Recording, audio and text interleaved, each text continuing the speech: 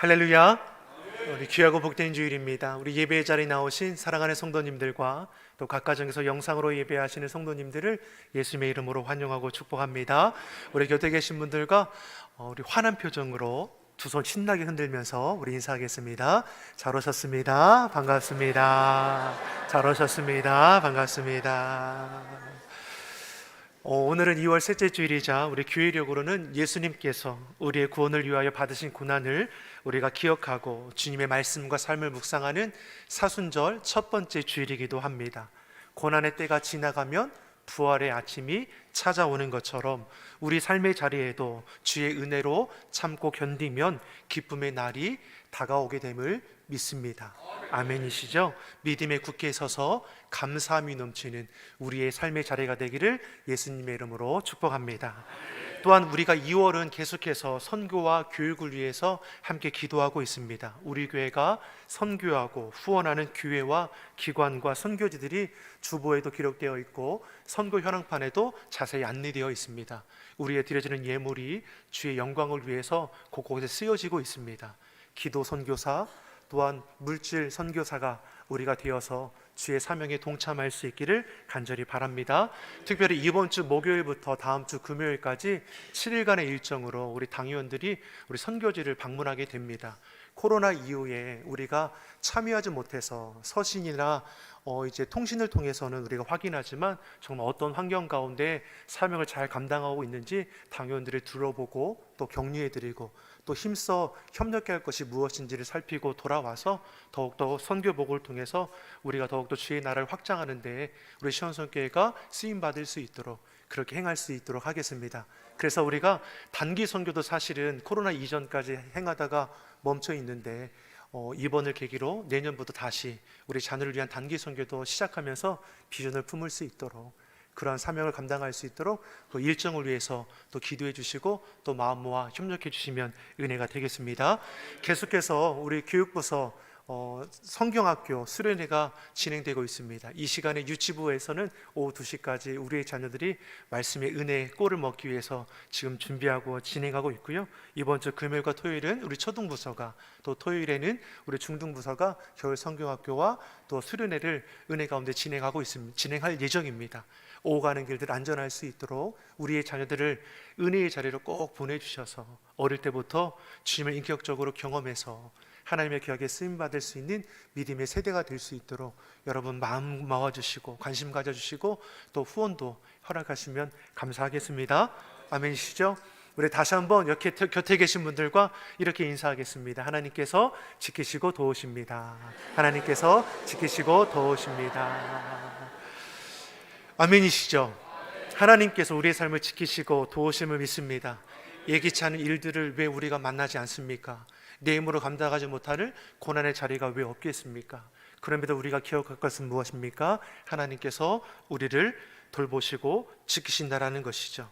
주님은 나를 보호해 주시고 나를 붙드시는 나는 보배롭고 존귀한 주의 자녀임을 결국 잊지 않고 고난 가운데서도 믿음의 눈을 들고 기도의 손을 높이 들어 주의 영광에 참여할 수 있는 우리 모두가 되기를 예수님의 이름으로 축원합니다. 이를 위해서 예수님께서 육신을 입고 이 땅 가운데 오신 것이죠. 오늘 읽은 말씀이 무엇입니까? 십자가의 도가 멸망받을 자들에게는 미련한 것으로 보이지만 구원을 받은 우리에게는 하나님의 능력이라 했습니다. 멸망받을 자에게는 십자가는 미련한 것처럼 보인다는 것이죠.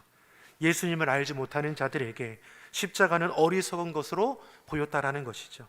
그러기에 로마 군병들, 어리석은 군중들, 또 강도, 유대 교권자들은 주님을 조롱하고 비웃기에 급급했다라는 것입니다. 그러나 십자가를 통과한 사람들에게는, 구원을 얻은 자들에게 십자가는 하나님의 능력임을 선포하게 되는 것이죠. 십자가는 고난도, 고통도, 수치도, 실패도, 어리석은 것도 저주도 아닙니다. 십자가는 능력이요, 십자가는 영원한 승리입니다. 이것을 우리에게 알게 하셨습니다.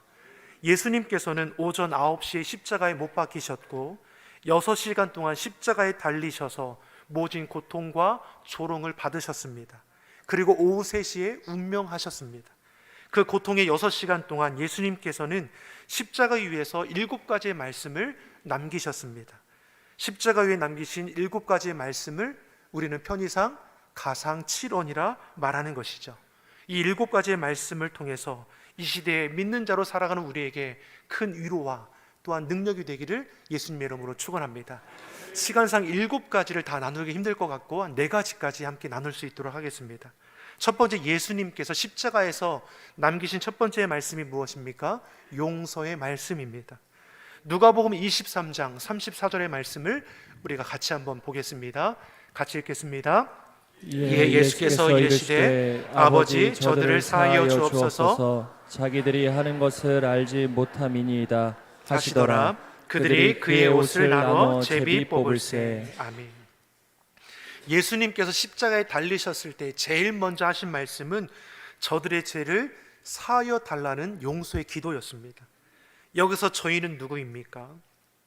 예수님을 죽이기 위해 음모를 꾸몄던 유대 교권자들, 이들에게 선동되어서 예수님을 십자가에 못 박으라 했던 어리석은 군중들, 십자가에 못 박아 조롱하고 비웃던 로마 군병들, 또한 예수님의 사랑을 받고서도 결정적인 순간에 예수님을 떠나버렸던 제자들, 또한 이 시대에 믿는다고 하지만 여전히 죄 가운데 살아가고 있는 우리들 또한 다 포함되는 것이죠. 저들은 자기 하는 것을 알지 못함이니이다. 저들이 하는 일이 무엇인지 저들이 알지 못했습니까? 유대 교권자들은 예수 그리스도를 죽이기 위해서 모의를 꾸몄습니다. 거짓 증인들을 세웠습니다. 치밀하게 계획하여서 예수를 십자가에 못 박았습니다. 저희가 알지 못했다라는 것은 자신들이 행하는 이 죄가 영적으로 어떤 의미가 있는지를 저들은 알지 못하는 것이죠. 무지했기 때문에, 하나님을 알지 못했기 때문에 십자가에 못 박는 어리석은 일들을 벌였다라는 것입니다. 예수님은 무지하고 어리석은 저들을 향해 무엇을 말씀합니까? 용서의 기도를 드렸다라는 것이죠. 하나님은 그 기도를 다 들으시는 것입니다. 예수님께서 십자가에 운명하시는 순간 놀라운 변화가 일어나지 않았습니까? 성전의 휘장이 찢어졌다라고 했습니다. 하나님 앞에 누구든지 주의 보혈의 피를 의지하는 자는 나아갈 수 있게 되었습니다. 주님 안에 구원받은 하나님의 자녀된 권세를 누릴 수 있게 되었습니다. 또 어떠한 놀라운 변화가 있었습니까?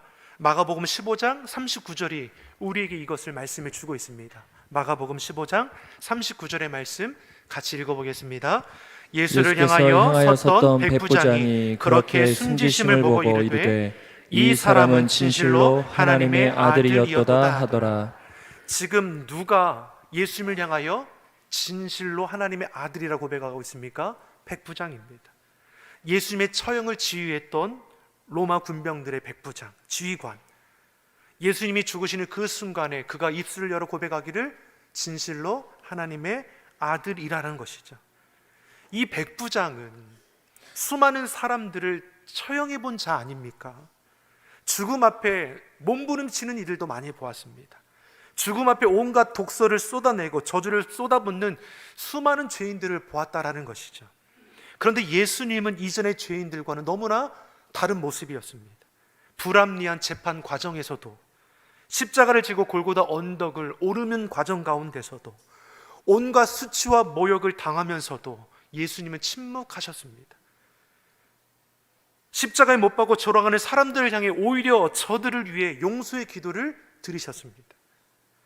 예수님이 죽는 순간에 변하지 않을 것 같은 백부장이 고백하는 것이 무엇입니까? 진실로 하나님의 아들이구나. 이런 변화를 누가 일으키시는 것입니까? 우리 하나님이시죠. 백부장만이 아니라 십자가 앞에까지 나온 조롱하던 무리들도, 로마 군병들도 예수님이 죽는 그 순간에 변화되는 놀라운 일들이 일어나게 되었습니다. 이처럼 예수님은 자기 사람을 사랑하시되 죽기까지 끝까지 사랑하시는, 용서하시는 분임을 우리에게 알게 하시는 것이죠. 예수님께서는 부활하신 이후에도 흩어진 제자들을 찾아가셔서 저들을 용서해 주시죠. 사랑으로 위로해 주셨습니다. 베드로는 3번 예수를 모른다 부인하고 도망친 자 아닙니까? 그럼에도 베드로를 위해서 용서하며 그 품에 안아주셨습니다. 이 베드로가 성령 충만하여서 이제 유대인들을, 믿지 않는 자들을 향해 선포하는 것이 무엇입니까? 너희가 무지하여서 못 박혀 죽인 예수를 하나님께서 다시 살리셨으니 우리가 그 증인이라. 너희는 회개하여 죄사함을 받으라 선포하는 자가 되는 것입니다. 스스로를 가리켜 뭐라고 합니까? 예수님은 죽음을 이기고 다시 사신 구원주 예수 그리스도임을 선포하며 그 증인이 자신이라 고백하게 되었다라는 것이죠. 베드로의 설교를 들은 수많은 사람들 회심하여 주님 전으로 돌아오게 되었습니다. 이들은 누구였습니까? 얼마 전까지만 해도 무지하여 예수님을 십자가에 못 박으라고 선동했던 자들이죠. 예수님을 십자가에 못 박고 조롱하고 비웃던 자들입니다. 그러나 예수님의 용서의 기도는 저들의 인생을 놀랍도록 변화시켰다라는 것이죠. 사랑하는 성도 여러분, 주님은 어떠한 분이십니까? 우리의 죄가를 주의 보혈로 씻어주시는 분이십니다. 자복하에 나오는 모든 자들 주님께서는 용서해 주실 뿐만 아니라 하나님의 자녀로 택하여 주시는 것이죠. 그 용서의 주님 앞에 우리가 날마다 나아가기를 예수님의 이름으로 축원합니다. 두 번째로 예수님께서 십자가 위에서 주신 말씀이 무엇입니까? 구원의 은혜입니다. 십자가에 같이 달린 두 강도가 있지 않았습니까? 한 강도가 받은 은혜가 구원의 은혜입니다. 누가복음 23장 43절에서 이렇게 우리에게 말씀을 주고 있습니다. 누가복음 23장 43절의 말씀을 우리 같이 한번 읽어보겠습니다. 예수께서 이르시되 내가 진실로 내게 이르노니 오늘 내가 나와 함께 낙원에 있으리라 하시니라. 아멘. 예수님께서는 두 강도도 함께 십자가에 달리시게 되는 거죠. 십자가형은 끔찍한 형벌입니다. 이들은 단순한 강도가 아니라 흉악한 자들이라는 것을 우리는 알 수 있는 것이죠. 예수님은 이들과 같은 취급을 당하시면서 이들과 함께 십자가에 달려 죽게 되는 겁니다. 두 강도 중 하나가 예수님을 향해 조롱하는 것이죠. 그런데 다른 한 강도는 달랐다라는 겁니다. 한 강도는 끝까지 완악했지만 한 강도는 변화받았다라는 것이죠. 예수님은 앞서서 십자가에 달리셨을 때 용서의 기도를 들으셨습니다. 예수님의 기도를 들은 두 강도 중에 하나가 예수님을 향해서 외치기를 뭐라고 합니까? 네가 그리스도라면 너 자신도 구원하고 어디 우리도 구원해 보라고 조롱하고 비웃었다라는 것이죠. 근데 다른 한편의 강도는 어떻습니까? 예수님의 말씀에 반응했다라는 겁니다. 어떻게 자신을 못 박으라 외치는 무리들, 조롱하고 비웃는 무리들을 향해 죽음의 순간까지도 저들을 용서하는 그 간구의 기도를 올려드릴 수 있는가? 그 마음이 요동했다라는 것입니다. 그리고 그 심경의 변화가 일어나요. 고백하는 것이 무엇입니까? 누가복음 23장 39절에서 41절의 말씀입니다. 우리 같이 한번 읽어보겠습니다. 달린 행악자 중 하나는 비방하여 이르되 내가 그리스도가 아니냐 너와 우리를 구원하라 하되 하나는 그 사람을 꾸짖어 이르되 내가 동일한 정죄를 받고서도 하나님을 두려워하지 아니하느냐. 우리는 우리가 행한 일에 상당한 보응을 받는 것이니 이에 당연하거니와 이 사람이 행한 것은 옳지 않은 것이 없느니라 하고. 아멘. 십자가에 달려 죽는 순간까지 흉악한 한 강도는 발악하면서 예수님을 향해 조롱하지 않습니까? 그런데 다른 한 강도는 자신이 죄인됨을 인정하며 고백하고 있습니다. 자신들이 이렇게 죽는 것은 지은 죄에 마땅한 보응이라는 것이죠. 사랑하는 성도 여러분, 은혜가 임하면 자신의 죄를 바로 보게 되어 있다는 것입니다. 그리고 자신의 죄가에 대해 핑계대지 못함을 아는 것이죠. 억울하다 한탄하는 것이 아니라 자신의 죄를 인정하여 회개하며 용서를 구해야 한다는 것을 알게 되는 겁니다. 이 강도가 예수님께 간구하죠. 예수여, 당신의 나라에 임하실 때 나를 기억하소서. 흉악한 강도가 주님께 구하는 이 간구의 제목이 놀랍지 않습니까? 당신의 나라에 임할 때 나를 기억하소서. 이 말이 이제라도 구원받을 수 있습니까? 주님, 저를 구원해 주세요. 은혜가 임하니까 영적 세계를 깨닫게 되는 것이죠. 참된 진리를 알게 되고 그 안에 참여하기를 바라게 되는 것입니다. 나쁜 짓만 하던 자가 죽어가는 그 순간에 하나님 나라를 보게 되었습니다. 그리고 그 안에 참여하기를 원하게 되는 것이죠. 그리고 예수님은 그 마지막 순간에 진실된 저의 마음을 기뻐 받아주셨습니다. 예수께서 이르시되 진실로 내게 이르노니 오늘 내가 나와 함께 낙원에 있으리라. 사랑하는 성도 여러분, 회개에 늦은 때란 없다라는 것입니다. 자복하여 나오는 자는 주님이 불쌍히 여겨주시고 구원의 은혜를 베풀어 주십니다. 흉악한 죄인일지라도 구원함을 입습니다. 그 구원의 은혜를 우리가 이미 받은 자 아닙니까? 그 은혜 가운데 살아가기를 간절히 바랍니다.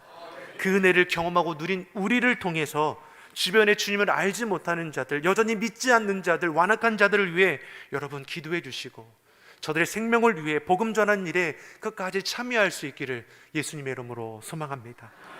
세 번째, 예수님께서 십자가에 주신 말씀이 무엇입니까?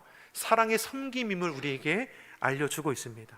요한복음 19장 26절, 27절 우리 두 절의 말씀을 같이 보겠습니다. 예수께서 자기의 어머니와 사랑하시는 제자가 곁에 서 있는 것을 보시고 자기 어머니께 말씀하시되 여자여 보소서 아들이니이다 하시고 또 그 제자에게 이르시되 보라 내 어머니라 하신대 그때부터 그 제자가 자기 집에 모시니라. 아멘. 십자가에 달리신 예수님은 이루 말할 수 없는 고통 가운데 놓여 있는 겁니다. 그 고통 속에서도 무엇을 하십니까? 용서의 기도를 드리시는 것이죠. 한 영혼을 구원하기 힘쓰고 계시다라는 것입니다. 그리고 세 번째 주시는 말씀이 무엇입니까? 육신의 어머니를 걱정하고 있다라는 것이죠. 당시 여인이 홀로 살아가기란 어려운 때 아닙니까? 예수님은 모친 곁에 서 있는 사랑하는 제자 요한에게 육신의 어머니를 부탁하고 있습니다.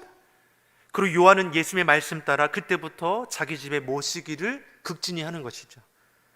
사랑하는 성도 여러분, 주의 사명을 감당하는 것, 오늘 본문을 통해서 우리에게 무엇을 말씀하는 것입니까? 예수님의 사랑을 아는 자에게 주님께서는 사명을 위임해 주신다라는 것이죠. 누구나 주의 일을 감당하는 것이냐? 그렇지 않다라는 것입니다. 하나님의 사랑을 아는 자가, 그 사랑 안에 거하는 자가 하나님의 그 사명을 온전히 감당하여 나갈 수 있다라는 것입니다. 사랑하는 성도 여러분, 받으신 직분이 있으십니까? 주어진 사명이 있으십니까? 여러분 기쁘게 여기십시오. 하나님이 우리를 너무나 사랑하셔서 하나님의 일을 우리에게 위임해 주신 것이죠. 하나님의 사랑을 아는 자가 하나님의 그 선하신 뜻에 참여하게 되는 것입니다. 제자 요한은 예수님의 육신의 어머니를 맡아 평생을 극진히 모시게 됩니다. 어떻게 보면 다른 제자들에 비해서 맡은 사명이 보잘것없어 보일 수도 있다라는 것이죠. 다른 제자들은 능력을 행합니다. 3,000명도 회심하게 했습니다.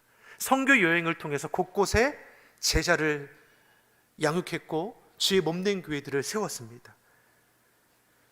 놀라운 사명의 결과들이 일어났다라는 것이죠. 그에 비해 요한이 맡은 사역은 이후에도 전혀 언급되지 못하는 것이죠. 그러나 반대로 보면 요한이 감당하는 이 사역이 얼마나 큰 의미가 있는지를 우리에게 알게 하는 것입니다. 왜냐하면 다른 제자들은 다 예수님을 떠나서 흩어졌을 때 오직 요한만이 십자가 곁에 남아 있었다라는 것이죠. 무엇보다 요한에게 마리아를 부탁하는 예수님은 이 땅에 오신 목적이 다시금 어디에 있는지를 분명히 알게 하고 계시는 겁니다. 예수님이 섬김을 받으러 이 땅 가운데 오신 것이 아니라 섬기러 이 땅에 오셨던 것이고 자신이 사랑하는 제자에게 섬김의 사역을 감당할 수 있도록 맡겨주셨다라는 것이죠. 그리고 그 요한은 그 사랑의 섬김의 사역을 끝까지 완수함을 통해서 하나님을 기쁘시게 하는 것입니다. 사랑하는 성도 여러분, 우리에게는 어떠한 사명이 있습니까? 섬김의 사명이 있는 것이죠. 우리는 주님 안에서 한 지체된 형제고 자매입니다. 아멘이시죠? 우리 곁에 계신 분들과 이렇게 인사하겠습니다. 우리는 주님 안에서 한 형제고 자매입니다. 우리는 주님 안에서 한 형제이고 자매입니다. 아멘이시죠? 교회를 주님의 몸이라고 표현하고 각 성도들을 한 지체라고 말하는 것이죠. 예수님께서 요한에게 어머니를 부탁하심으로 믿는 자들의 모습이 어떠해야 하는지를 우리에게 가르쳐 주시는 것이죠. 이 시대에 하나님의 사랑을 필요로 하는 이들이 너무나 많이 있습니다. 그들을 향해서 십자가의 사랑을 아는 우리가 주의 손발이 되어서 그 사랑을 나누고 섬기는 자가 되어야 하는 것이죠. 함께 신앙생활하는 주의 성도들을 바라볼 때 저들의 염려와 어려움의 문제를 우리가 외면하는 것이 아니라 나의 어려움을 알고 함께 기도해주고 저가 세워줄 수 있도록 우리는 협력하는 관계가 되어야 하는 것입니다.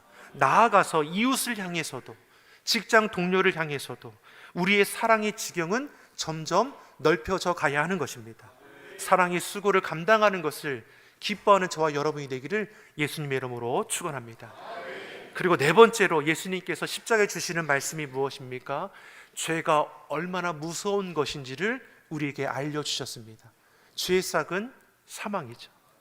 그 모든 죄를 예수님께서 대신 담당하시는 것을 우리에게 보이시는 것입니다. 마가복음 15장 34절의 말씀을 우리가 같이 읽어보겠습니다. 마가복음 15장 34절의 말씀입니다.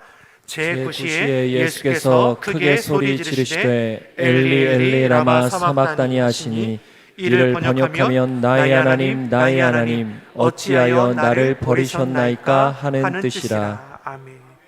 예수님께서 그 숨이 끊어지는 순간에 절규하듯이 부러지는 음성이 무엇입니까? 엘리 엘리 라마 사막다니, 나의 하나님 어찌하여 나를 버리시나이까. 예수님은 철저히 버림받으셨습니다. 죄의 싹은 사망입니다. 인류의 모든 죄를 대신 지시고 죄인으로서 죄의 결과를 온전히 담당하셨습니다. 죄는 반드시 그 값을 치르게 되어 있습니다. 죄를 가볍게 여기지 마십시오. 성경은 악은 모양이라도 버리라고 했습니다. 작은 죄라도 우리는 끊어내야 하는 것이죠. 죄인이 죄인의 죄를 용서할 수 없습니다. 그러기에 죄가 없으신 예수님께서 그 생명을 내어주심으로 우리를 구원해 주신 것이죠. 이를 위해 예수님께서 십자가에서 철저히 버림받으셨습니다. 예수님께서 십자가에 오전 9시에 달리셨고 낮 12시부터 예수님이 죽으시는 오후 3시까지 온 땅에 어두움이 임했다라고 했습니다. 이 어두움은 하나님의 심판이 임하는 것을 우리에게 알게 하시는 것이죠. 예수님은 우리가 당할 심판을 온전히 담당하셨습니다. 그가 찔림은 우리의 허물을 인하며 그가 상함은 우리의 죄악을 인함이라. 그가 징계를 받음으로 우리가 평화를 누리고 그가 채찍에 맞음으로 우리가 나음을 입었도다. 사랑하는 성도 여러분, 예수님의 그 십자가의 은혜, 그 사랑을 우리가 늘 붙들고 살아가기를 간절히 소망합니다. 십자가에 달리셨음에도 생명이 끊어지는 그 순간까지도 죄인들을 위해 간구하시고 구원을 베풀어 주시고 사랑의 섬김을 위임해 주시고 무엇보다 죄의 결과가 무엇인지를 우리로 알게 하셨습니다. 십자가 고난은 부활의 영광 승리임을 결코 잊지 않기를 바랍니다. 예수님의 십자가가 저와 여러분에게도 승리의 십자가로 주님이 부르시는 그날까지도 하나님의 영광을 이뤄가는 우리 모두가 되기를 예수님의 이름으로 축원합니다. 기도하겠습니다. 좋으신 아버지 하나님, 우리의 모든 죄짐을 대신 담당하시고 우리의 모든 형벌을 대신 지신 예수님을 우리 삶의 주인으로 온전히 모시며 살아가게 하여 주시옵소서. 주의 보혈로 우리의 모든 죄와 허물을 맑게 씻어주시고 우리의 영혼 육을 날마다 새롭게 하여 주시옵소서.